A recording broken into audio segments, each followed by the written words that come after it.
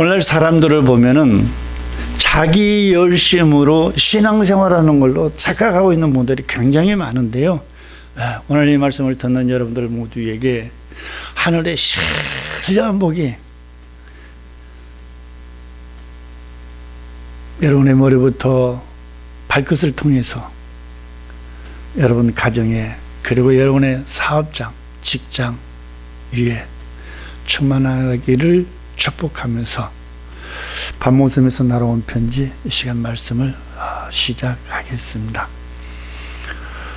여러분, 신앙생활은 내가 하는 것으로 내 열심으로 충성하고 그래서 하늘의 신령한 복을 받고 아버지 하나님의 영광에 이르는 그런 개념이 아닙니다. 그런 것은 저 세상에서 무식한 종교인들이 하는 행동이고요. 우리 그리스도인들은 그리스도의 영으로 신앙생활하는 신자들입니다. 신자라는 것은 우리가 말하는 신자라는 것은 하나님의 자녀들을 일컫습니다. 어떤 신학자들은 믿을 신자 써서 믿는 사람들이라고 하는데요. 저는 그런 개념이 아니고 하나님의 아들들을 가리켜서 신자라고 합니다. 하나님의 아들들, 예수 그리스도와 형제된 자들을 일컬어서 저는 말씀을 드리고 있습니다. 그런데 이 신앙생활을 하기 위해서는 우리들이 해야 되는, 준비해야 되는 기본 규칙이 있습니다. 이 기본 규칙을 모르고는 우리들이 그리스도가 어디에 있는지 보지도 않고 그리스도가 무슨 소리를 내게 한다 할지라도 내 속에 있는 나와 죄가 가로막아서 보이지도 않고 들리지도 않기 때문에 우리들이 종교인의 한 사람으로, 교인의 한 사람으로 남아있을 수는 있지만 하나님의 신자가 되는 일은 결코 없을 것 같습니다. 왜 그럴까요? 그리스도와 함께 나의 죄성이 그리스도와 함께 십자가에서 죽지 않는 한 결코 하나님의 사람들이 될 수는 없기 때문에 그렇습니다. 앞에서 바울이 자기 몸을 쳐 복종한다. 여기서 자기 몸을 쳐 복종한다. 앞에서 고린도전서 9장 27절 말씀을 받았었는데요. 우리 다시 지난 시간에 말씀 받던 고린도전서 9장 27절 문을 열고 바울이 얼마나 자기를 고통스럽게 치고 있으면서 토설하는지 그 말씀을 이 시간 다시 한번 우리가 들여다보도록 하겠습니다.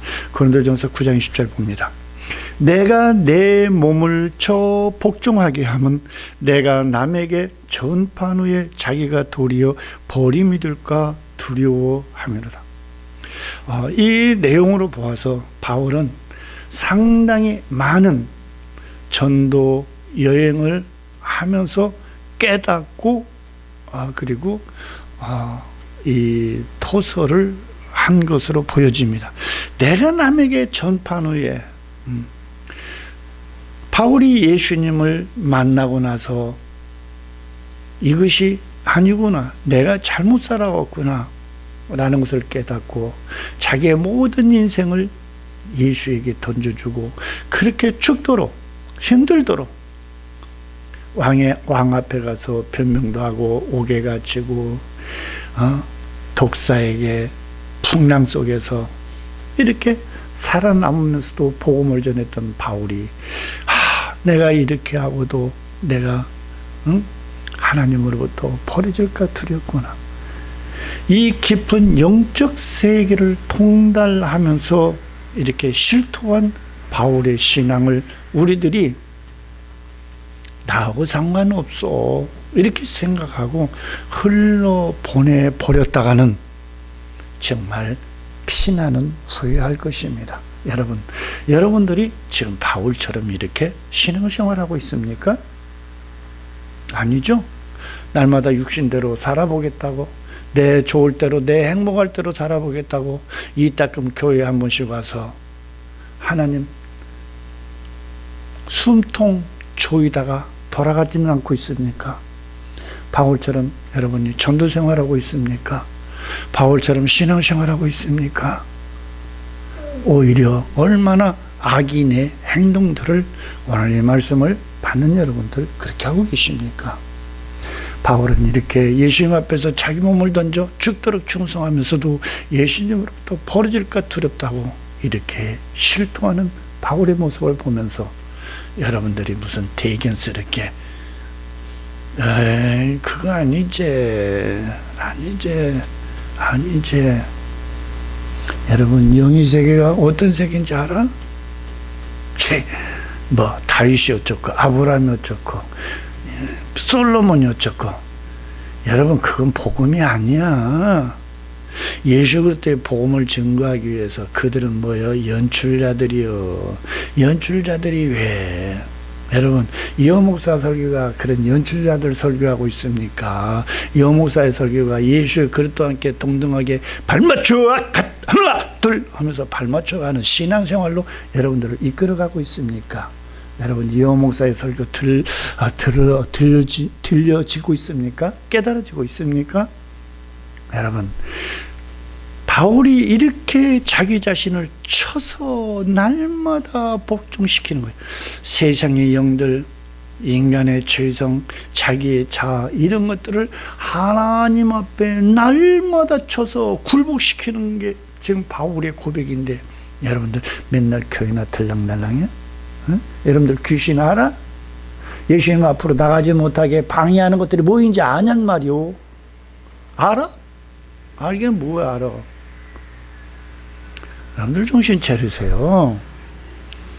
여러분 어머니 뱃속에 들어있는 아기가요 10달 동안 어머니 뱃속에 있으면서 이거 이때라 이게 살만 난다. 가만히 있어도 내 어머니가 내게 먹여주고 마셔주고 어머니 뱃속이 이렇게 편하고 좋군 했는데 어느 날 10달 딱 되니까 야 이 새끼 나가 하면서 탁 치고 세상에 나와놓고 보니까 먹고 살 것이 깜깜하지. 그래서 엉엉해 엄마 왜 나 낳았어 엉엉해 나 엄마 뱃속에 다시 들어갈래 엉엉해. 한 번 나오니까 들어갈 수 있어요 없어요? 못 들어가죠. 우리들이 이 세상에 나오니까 영원히 살 줄 알았는데 천만에 몇십 년 후에 아니면 며칠 후에 이제 이 세상을 또 아기가 엄마의 뱃속에서 세상에 나온 것 같이 우리들이 이제 진짜 영의 세계에 가서 다시 태어나야 돼요. 그 태어나는 곳이 지옥이냐 천국이냐 마귀 나라냐 예수님 나라냐. 여러분 이 세상에서 지금 어떻게 사느냐가 그것을 결단해 줍니다. 정신들 차리세요. 이영호 목사 설교 개털같이 들었다가 내가 이 지옥에 왔구나 슬프며 이를 갈며 억장 터지게 후회하지 말고 여러분 어떻게 하면 내가 예수 그리스도와 함께 살아가는데 내 앞에서 예수님의 그 길을 가로막는 이것들을 내가 제하고 예수님 품에 안기느냐. 이걸 설교하는 이 말씀을 여러분들이 보고 듣고 느끼며 깨닫지 못하면 여러분들은 사람의 몸속에는 세 가지 유형의 임금이 들어 있습니다. 우리는 임금의 자리를 보호자라고 합니다. 보호자는 임금이 하나이기 때문에 보호자도 하나밖에 없습니다. 사람의 몸은 하나이며 사람 안에 보호자도 하나뿐입니다.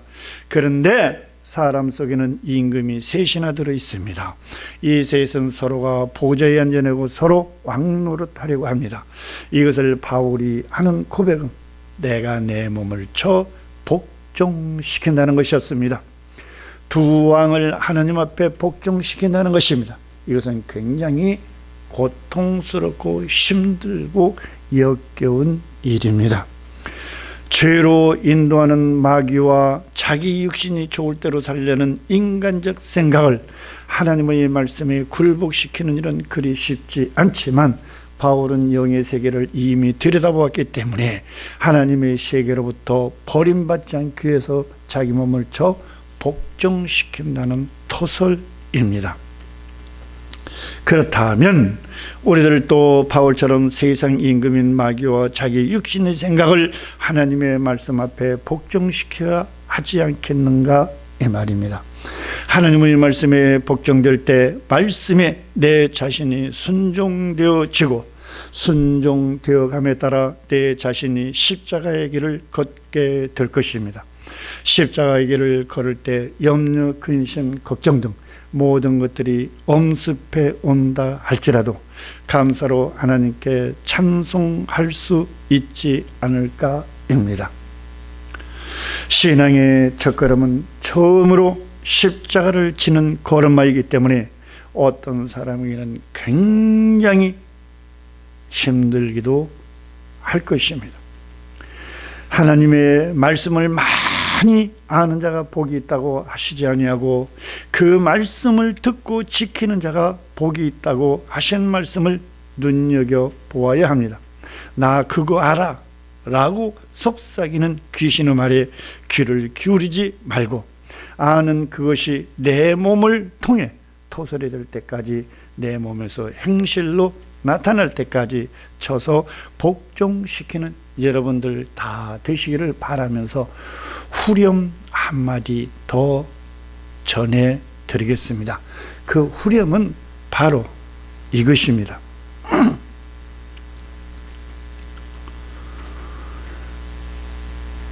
바울이 고백한 내 몸을 쳐 복종시킨다고 그랬는데요, 하나님의 말씀, 다시 말해서 성경 지식이 아무리 내게 충만하다 할지라도 그 지식 앞에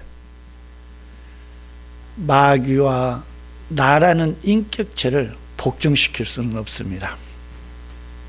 지식 앞에 복종이 되어지지를 않습니다. 그러나 성경 속에 들어있는 생명의 말씀이 내 속에 들어있다면, 성경 지식이 아닙니다. 생명의 말씀이 들어있다면 그 말씀 앞에 죄성과 내 인성을 굴복시킬 수 있습니다. 다시 말해서 신학의 지식 앞에는, 신학이라는 그 지식 앞에는 죄가 굴복하지 않습니다. 내 인성도 절대 굴복하지 않습니다. 그러나 신앙 앞에는 죄도 내 인성도 무릎을 꿇습니다. 여러분, 이 말씀이 무엇인지를 스스로 깨닫기를 바라면서 이번에 하나님께서 누가복음 8장 15번째 방문을 열어주시겠다고 합니다. 누가복음 8장 15번째 방문을 열어보겠습니다. 자, 여기에서 신비한 현상이 생깁니다. 누가복음 8장 15번째 방문을 여니까 신비한 현상이 우리 눈에 들어옵니다. 자, 봅니다. 좋은 땅에 있다는 것은 착하고 좋은 마음으로 말씀을 듣고 지키어 인내로 결실하는 자니라. 아멘. 예. 네. 우리가 어떻게 이 생명농사를 지어서 결실을 맺는가에 대해서 누가복음 8장 15번째 방문을 열어서 우리들에게 조명해 주고 계시네요. 그죠? 자, 여기서 한번 들여다보고 이 말씀을 한번 분석을 해 보십시다. 자, 처음에 보니까 뭐라고 그래요? 좋은 땅이라 그랬습니다. 네. 이 좋은 땅은 좋은 교회이죠. 첫째는 좋은 교회. 그리고 좋은 교회에서 농사를 짓는 좋은 목자. 그리고 그 좋은 목자 밑에서 양육을 받는 양무리들. 이게 바로 좋은 땅에서 기생하는 우리들이 아닐까요? 네. 이 좋은 땅, 좋은 교회. 다시 말해서 하나님의 성령이 경작하시는 곳이죠. 하나님이 일하시는 교회죠. 여러분, 여러분의 교회가 하나님이 일하시는 교회입니까? 사람이 일하는 교회입니까?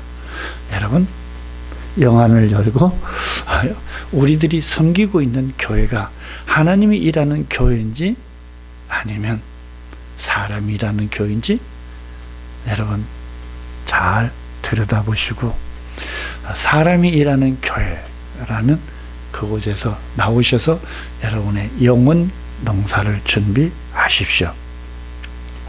예.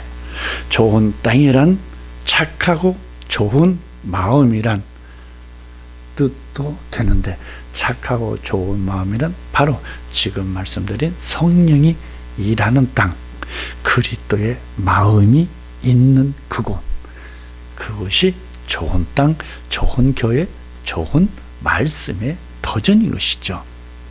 그래서 그리스도, 그의 말씀을 보거나 듣고 무시해버리는 그런 사람은 그 속에 있는 쭉정이, 깐부기에 불과하죠. 좋은 땅에서도 반드시 쭉정이, 깐부기가 있거든요. 이런 사람들은 하나님의 말씀을 판단하거나 정죄하거나 무시해버리는 그런 경향이 있습니다. 그리고 하나님의 말씀대로 그들은 살려고 노력하지도 않습니다. 그럼에도 불구하고 하나님은 그들을 뽑아내버리지 않습니다. 어느 때까지? 추수할 때까지이죠. 이것이 농부가 농사를 짓는 방법이죠. 성경의 농사도 세상의 농사도 역시 마찬가지입니다. 어부들도 그리하고 농부들도 그리하고 광부들도 그리하거든요. 그러므로 교회는 학교와 달라서 가르치기만 해서는 안 됩니다. 되게 해달라고 기도만 해서도 안 되는 것입니다. 학생이 학교에서 공부하는 것처럼 학술로 배우기만 해서도 안 되는 것입니다. 앞서 바울의 고백처럼 자기를 하나님의 말씀에 쳐서 복종시킴으로써 그 결실을 맺는 것입니다. 하나님의 말씀에 순종하려고 하지도 않고 기도만 하면 다 된다는 그런 막무가내기식, 그런 형식에서 탈피하는 사람만이 신앙의 결실을 맺을 수 있습니다. 좋은 땅, 좋은 교회는 사람들의 가죽을 벗기는 아픔이 있는 그런 교회가 되어야 합니다. 하나님의 말씀은 살아있어서 운동력이 있기 때문에 영과 혼과 골수를 찔러 쪼개기 때문에 하나님의 말씀을 내 마음속에 받아들이는 데는 아픔이 있고 찔림이 있고 괴로움이 있습니다. 시득거리고 웃고 추시는 거, 그건 세상 코미디 쇼에서나 볼 수 있는 것이죠. 다시 말해서 바꿔 말하면 사람들의 죄와 허물을 들춰내는 교회가 좋은 땅, 좋은 교회라 이 말입니다. 입가에 침 흘린 자국이 있는데도, 눈가에 눈곱이 있는데도, 화장을 잘못했는데도, 옷을 잘못 입었는데도 가르쳐주지 않으면서 웃고 즐기게 한다면 어떻게 되겠습니까? 그래서 하나님의 말씀은 운동력 있어 영과 혼과 골수까지 찔러 쪼개고 라고 히브리 기자는 말하고 있는 것입니다. 그만큼 사람을 재생하여 새 사람을 만들어야 하기 때문에 교회에 앉아서 말씀을 듣기에 거북하고 괴로운 것이, 그리고 아픔이 있는 곳이입니다. 그래서 100여 년 전 평양태 부흥성회에서는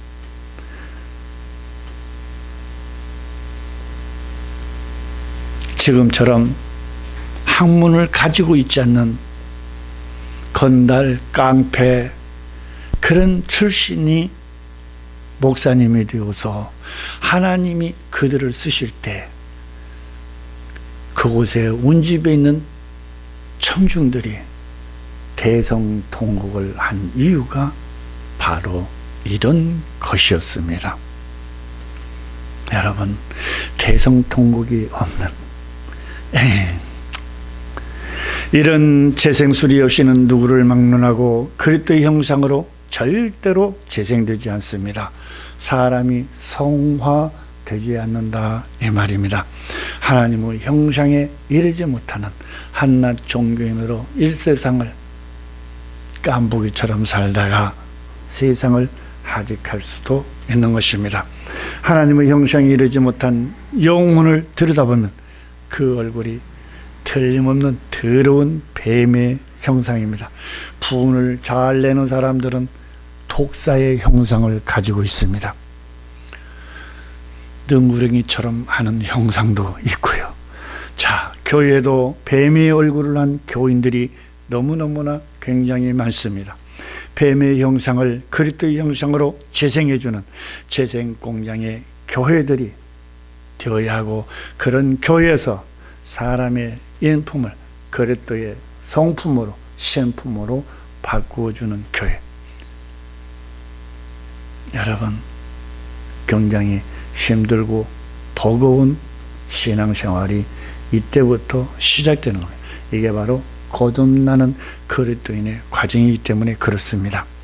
에덴 동산의 그 뱀의 혀로 동산 중앙에 있는 선악과 곧 세상의 물질 축복이나 받아라 하면서 청중들의 영혼을 사냥하는 사기꾼들에게서 아주 냉정하게 돌아서야 합니다. 그리고 물질을 많이 가지고 또는 승승장구하는 것이 좋겠지만 자칫 저주가 될 수도 있음을 우리는 깨달아야 합니다. 물질을 가지고 있을수록, 많이 배울수록 오만의 귀신과 방자라는 귀신과 교만이라는 귀신이 달라붙을 수 있으므로 심각하게 주의하며 자기의 신앙을 철저히 경계해야 합니다. 영혼에는 관심도 없이 물질 축복을 받는 것이 축복이라면 사도들은 저주받아 죽은 것이냐라고 나는 그들에게 날카롭게 대적하여 묻고 싶습니다. 물질 축복도 영혼의 열매여야 합니다. 반드시 영혼의 열매여야 합니다. 진짜 그리스도인은 그리스도께서 세상에서 가지고 있었던 어쨌든 간에 가문을 통해서 흘러온 재물이라든 모든 것을 다 날려버리고 그리스도께서 새로운 것으로 보급해 줘서 그리스도께서 주신 것으로 먹고 마시며 영성의 생활을 할 수 있도록 보혜사께서 이끌어 가십니다.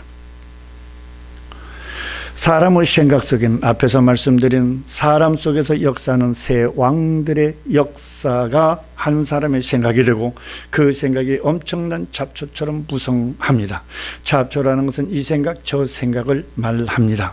사람의 생각 속에는 인간적인 육신의 생각과 세상이 주는 마귀의 생각이 쉼없이 솟구쳐 올라오기 때문에 이 무성한 잡초의 생각 속에서 예수의 씨를 심어보았자 결실을 얻을 수 없습니다.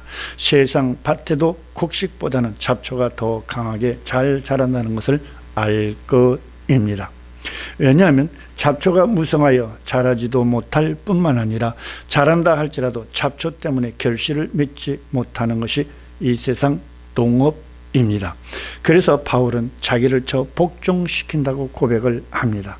바울의 이 작업은 잡초 제거 작업이었습니다. 자기 생각 작업이었습니다. 자기 생각을 뽑아내버리는 작업이었습니다. 그러므로 좋은 땅에 있다는 것은 영의 사람으로 거듭난 사람의 마음밭이죠. 영의 사람의 마음밭이므로 말씀 곧 예수의 씨가 이 착하고 좋은 마음밭에 심겨지면 잘 자라도록 좋은 결실을 얻게 되는 것입니다. 그러므로 육신의 생각, 세상이 주는 생각을 변기통 속에 넣고 물내려 버리고 다시는 그런 것들이 눈과 귀를 통해 들어오지 못하도록 차단해 버리고 생각 속에서 재생되어 나타나지 못하도록 부인하면서 오직 살아계신 하나님의 말씀으로 심령 속에 충만하게 채워넣을 때 비로소 중성된 종이라고 칭함을 얻게 되는 것입니다. 야고보서 1장 12절의 말씀을 받으면서 이 시간도 마치도록 하겠습니다. 야고보서 1장 12절 말씀을 받겠습니다. 12절의 방문을 열었더니 이런 말씀이 우리 귓전에 들립니다. 자, 귀를 쫑긋 세우고 들어보겠습니다. 시험을 참는 자는 복이 있도다. 이것에 옳다 인정하심을 받은 후에 주께서 자기를 사랑하는 자들에게 약속하신 생명의 멸관을 얻을 것임이라. 야고보서 1장 12절의 말씀이 여기를 보아도 반드시 조건부였음을 우리들이 실감하게 됩니다. 하나님께서 먼저 주시고 그리고 나중에 거두어 드리는 그런 대출 방식이 아니라 먼저 시키고 그리고 품삯을 주는 이런 농부의 방법으로 일하시는 것을 우리들이 봅니다. 네가 이렇게 하면 내가 이 복을 주고 라는 의미를 가지고 있는 것을 보게 됩니다. 잘 보세요. 잡초는 배연에도 이튿날이면 무성하게 자라 올라오고 또 잡초를 뽑아낸다 할지라도 며칠 후면 다시 돋아나는 것이 바로 이 땅이죠. 또한 잡초의 끈질김인 것입니다. 이것은 하나님께서 인간들에게 내려주신 선악과의 결실이죠. 자, 사람의 마음도 이와 같아서 인간적 생각, 세상적인 생각이 솟구쳐 올라와 하나님의 말씀을 무시하기도 하고 때로는 적대시하기도 하기 때문에 날마다 자기 안에 있는 생각의 왕들을 성령의 검, 곧 하나님의 말씀으로 죽여 속사람이 예수 그리스도의 형상에 이르게 잘 자라도록 해야 합니다.